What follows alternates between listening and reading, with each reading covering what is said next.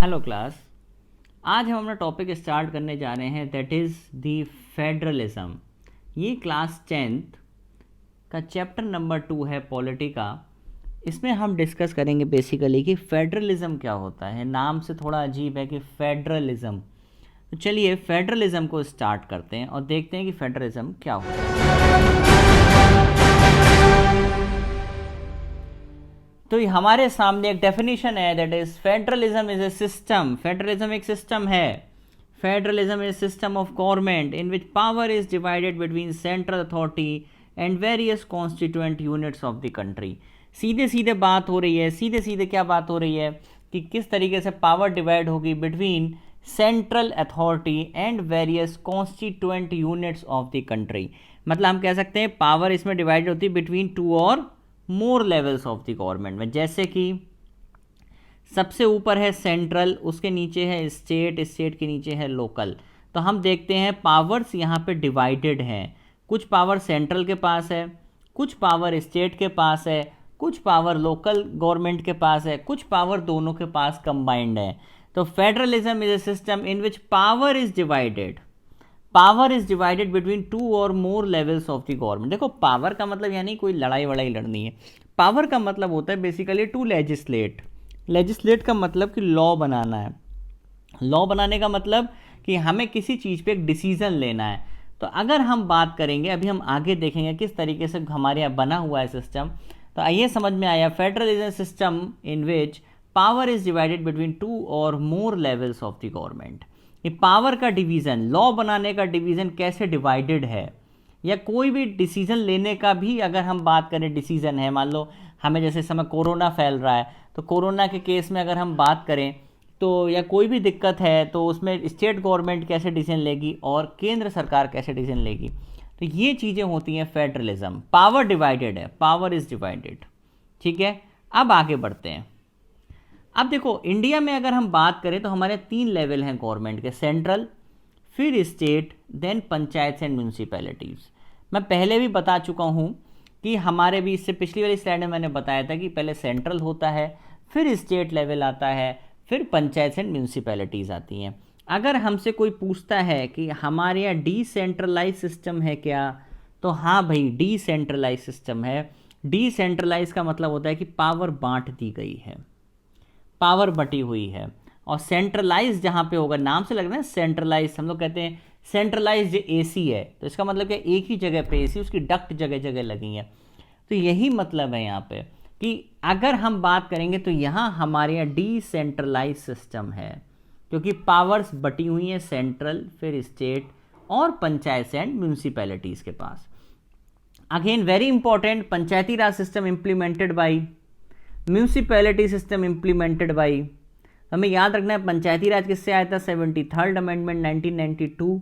Municipality system किससे आया था, 74th अमेंडमेंट एक्ट 1992। कभी कभी बच्चे कंफ्यूज होते हैं कि यहाँ तो 92 होगा तो यहाँ 93 हो जाएगा, ऐसा नहीं है।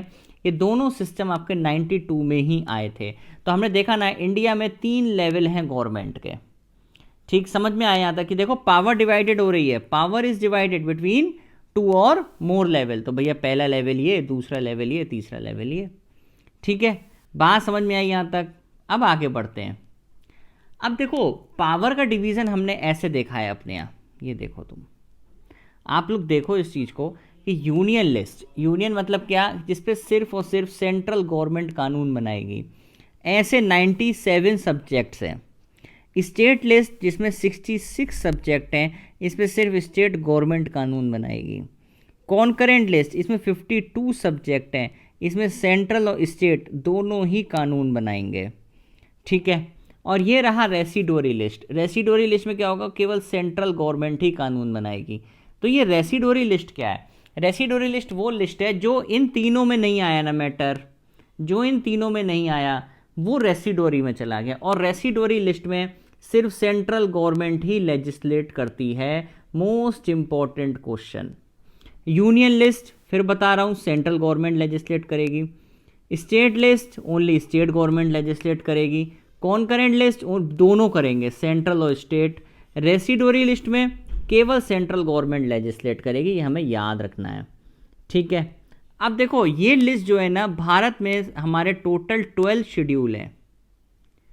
12 शेड्यूल में हमारे में से 7th शेड्यूल में ये गिवन है।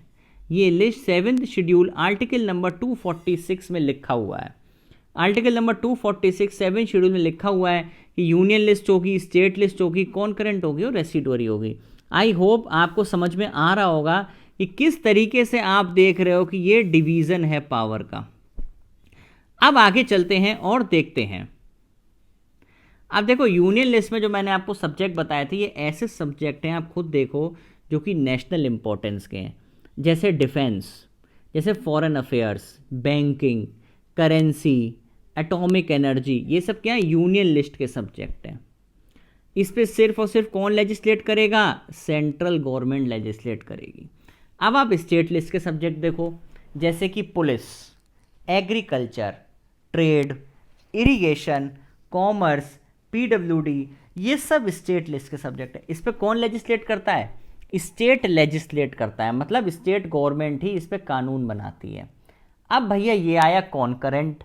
कॉन्करेंट में हमें पहले भी पता है कि सेंट्रल और स्टेट दोनों मिलकर लेजिस्लेट करेंगे, जैसे education, forest, trade union, marriages act. इस पे again important question for NTSC is कि सबसे पहले एनटीएससी के लिए इसमें एक देखो इंपॉर्टेंट क्वेश्चन ये बनता है कि ये किस में आते हैं, कौन से शेड्यूल में और किस आर्टिकल में आते हैं। ठीक है, उसके बाद इसमें इंपॉर्टेंट क्या बनता है, कॉन्करेंट लिस्ट हमने कहाँ से ली है? ऑस्ट्रेलियन कॉन्स्टिट्यूशन से ली है। कॉन्करेंट लिस्ट का कंसेप्ट हमने कहाँ से लिया है? ऑस्ट्रेलियन कॉन्स्टिट्यूशन से लिया है। याद रखनी है ये चीज, ये इंपॉर्टेंट है। तो हम देख रहे हैं ना किस तरीके से हमारा सिस्टम फेडरल है। देखो पावर्स डिवाइडेड हैं बिटवीन 2 और मोर लेवल्स, बहुत सारे लेवल हैं यहाँ पे, तो मतलब 3 लेवल हैं, लेकिन आप देख लो सब्जेक्ट्स कितने सारे हैं, आप देखो, खुद देखो। ऐसे करते करते 97, 66 एंड 52 सब्जेक्ट्स हैं। अब किसी के मन में ये भी आ रहा होगा कि रेसिडुअरी में कौन से सब्जेक्ट्स आते हैं? रेसिडुअरी में आता है आईटी एक्ट, आईटी से रिलेटेड इंफॉर्मेशन, जैसे आईटी एक्ट 2002, साइबर क्राइम, जो अभी रिसेंटली आए हैं, जिसपे हमारी कोई तीनों में ये गिवन नहीं है, वो रेसिडुअरी में जाते हैं। फिर याद रखना है रेसिडुअरी में सिर्फ सेंट्रल गवर्नमेंट लेजिस्लेट करती है। आई होप क्लियर हुआ होगा आपको। आगे बढ़ते हैं। एक क्वेश्चन आता है, most important question for board point of view and for NTSC point of view. अब कहोगे एनटीएससी में क्वेश्चन कहाँ आते हैं? आते हैं, अब देखोगे कैसे आते हैं। India is not truly a federal country. क्या आपको लगता है इंडिया फेडरल है? क्या आप कह सकते हो इंडिया फेडरल है? दिखती तो है फेडरल, पावर डिवाइडेड है, 3 लिस्टें बनी हुई हैं, 97 सब्जेक्ट वहाँ है, 66 वहाँ है, 52 वहाँ है, बहुत पूरा सिस्टम बना रखा है, स्टेट गवर्नमेंट है। लेकिन ऐसा है नहीं, ऐसा हमें दिखता है। फेडरल इन स्ट्रक्चर हम दिखते तो हैं, बट हमारी आत्मा एक है। Federal in structure but unitary in spirit. अब आप देखो कैसे। सबसे पहली condition most important for NTSC, क्योंकि इसमें आर्टिकल गिवन है। Article number 356 state emergency. अगर स्टेट के अंदर इमरजेंसी लगती है तो पावर किसके पास चली गई? पार्लियामेंट के पास चली गई। तो भैया क्यों फेडरल हुआ? ये नहीं होगा, क्योंकि फेडरल में तो क्या है, डिवीजन ऑफ पावर होना चाहिए बिटवीन 2 और मोर लेवल, पावर वहीं रहनी चाहिए ना, तो पावर पार्लियामेंट पे चली गई। Same case repeated in national emergency in article 352। National emergency में क्या होती है? पावर ट्रांसफर कहाँ हो जाती है? पार्लियामेंट के पास हो जाती है। आर्टिकल 249 भी ये बोलता है कि अगर राज्यसभा कोई रिजोल्यूशन पास करती है कि पार्लियामेंट लॉ बनाएगी स्टेट के लिए, तो भाई ऐसा नियम, तो अब भी आपको क्या लग रहा है? क्या आपको लग रहा है कि ये सब फेडरलिज्म के फीचर हैं? क्या पावर सही में डिवाइडेड है? नहीं। 356 में भी पार्लियामेंट के पास चली गई, 352 में भी पार्लियामेंट के पास चली गई, 249 में भी पार्लियामेंट के पास पावर चली गई। मतलब स्टेट लेजिस्लेचर सस्पेंड हो गया या स्टेट लेजिस्लेचर डिसॉल्व हो गया। अब देखो, अगर हमें यहाँ पे क्वेश्चन हमारे, अब देखो एक क्वेश्चन ये भी आएगा कि 352 तो पूरे देश में लगेगी। नेशनल इमरजेंसी हमेशा याद रखेंगे, ऐसा जरूरी नहीं है कि पूरे देश में ही लगे। नेशनल इमरजेंसी हमारी किसी भी पार्ट में भी लग सकती है।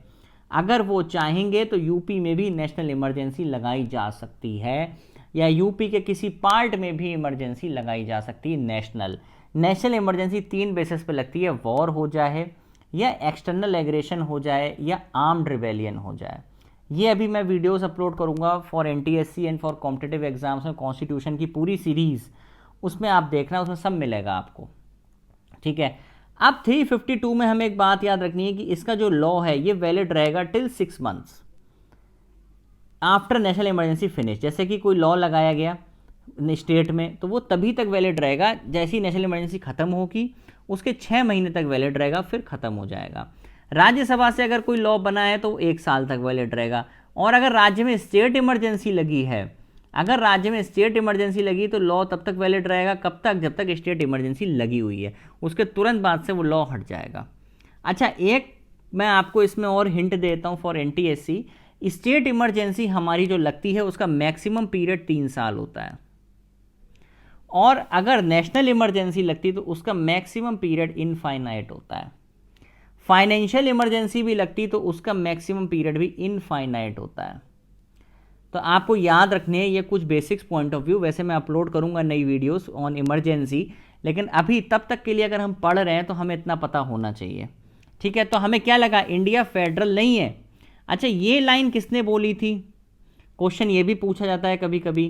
तो इसका आंसर है दैट इज के.सी. वियरे, ठीक है। ये लाइन इन्होंने बोली थी कि इंडिया फेडरल दिखती तो है पर है नहीं। आप देख रहे हो ना, 356 देखो, 352 देखो, 249 देखो, कहाँ फेडरल है, ठीक है। यहां तक समझ में आया आपको। अब यही क्वेश्चन कंटिन्यू हो रहा है। इंपॉर्टेंट सब्जेक्ट देखो सारे सेंट्रल गवर्नमेंट के पास है, रेसिडुअरी पावर भी आप देखोगे तो वो भी सेंट्रल गवर्नमेंट के पास है। अगर कॉन्करेंट लिस्ट में कोई डिस्प्यूट होता है सेंट्रल और स्टेट गवर्नमेंट में तो सेंट्रल गवर्नमेंट प्रिवेल करेगी। यूनियन टेरिटरी को तो कोई बेचारी पावर ही नहीं है। तो ये 7 पॉइंट क्या शो करते हैं भैया, ये देखो 1 2 3 4 5 6 7, ये 7 पॉइंट शो करते हैं कि भैया हम फेडरल दिखते तो हैं पर हम फेडरल हैं नहीं, ठीक है। क्लियर हो गया ये क्वेश्चन। अब आगे चलते हैं, फीचर्स ऑफ फेडरलिज्म। फेडरलिज्म के फीचर्स क्या हैं। सबसे पहला मैंने आपको बताया कि 2 और मोर लेवल्स होंगे गवर्नमेंट के, पहले ही बता चुका हूं, 10 बार हम रिपीट कर चुके हैं कि भैया फेडरलिज्म में 2 या उससे ज़्यादा लेवल्स होते हैं गवर्नमेंट के, ये हमें पता होना चाहिए। Different tier of government govern the same citizen but each tier has its own jurisdiction. देखो लेजिस्लेशन के केस में विधानसभा अलग तरीके से लॉ बनाती है, आपकी पार्लियामेंट अलग लॉ बनाती है। टैक्सेशन आप देखो सीजीएसटी लगता है, कहीं एसजीएसटी लगता है, कहीं आईजीएसटी लगता है, सब अलग अलग टैक्सेस हैं सबके।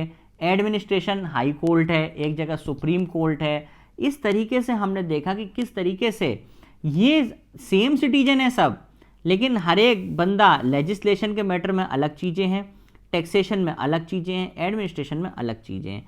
अब आप देखो एमएलए का चुनाव होगा स्टेट के लिए होगा, एमपी का चुनाव होगा सेंट्रल के लिए होगा। टैक्सेस के केस में आप देखोगे, अगर आप सीजीएसटी देखते हो, आईजीएसटी देखते हो, जीएसटी देखते हो, तो वो किस तरीके से बटेगा, वो पूरा का पूरा डिस्कशन 263 आर्टिकल में गिवन है, इंटर स्टेट फीचर्स में गिवन है। एडमिनिस्ट्रेशन कैसे होगा सुप्रीम कोर्ट का, हाई कोर्ट का, इसमें दिया हुआ है टैक्सेशन में 263 में कि इंटर स्टेट काउंसिल्स बनाई गई हैं जिससे कि अच्छी रिलेशंस बने रहे सेंटर और स्टेट के बीच में। The jurisdiction of the respective levels और tier of government specified in the constitution. जितना जिसका लेवल है, स्टेट गवर्नमेंट ऐसा नहीं बोलेगी आर्मी को कि आप बॉर्डर चले जाओ, या सेंट्रल गवर्नमेंट स्टेट की पुलिस को कुछ नहीं बोलेगा। जो जिसका ज्यूरिसडिक्शन है, जो जिसका एरिया है, वो उसी एरिया में रहे तो बहुत अच्छी बात है। और fundamental provision of the constitution, भैया कॉन्स्टिट्यूशन को इतनी आसानी से आप बदल नहीं सकते।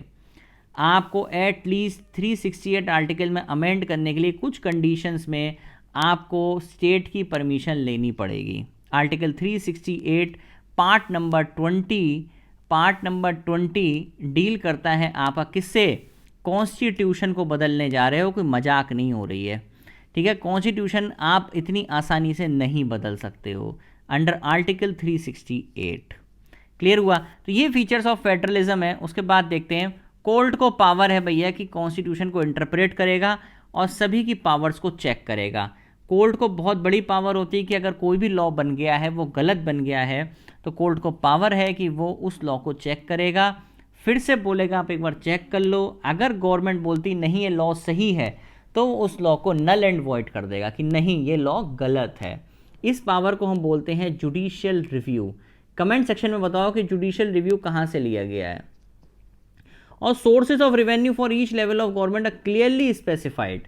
सोर्सेज जो हैं, आर्टिकल मैंने फिर आपको बताया था, इंटर स्टेट रिलेशंस का आर्टिकल है 263, वो आपको बताता है किस तरीके से आपके रिसोर्सेज आपस में बटेंगे।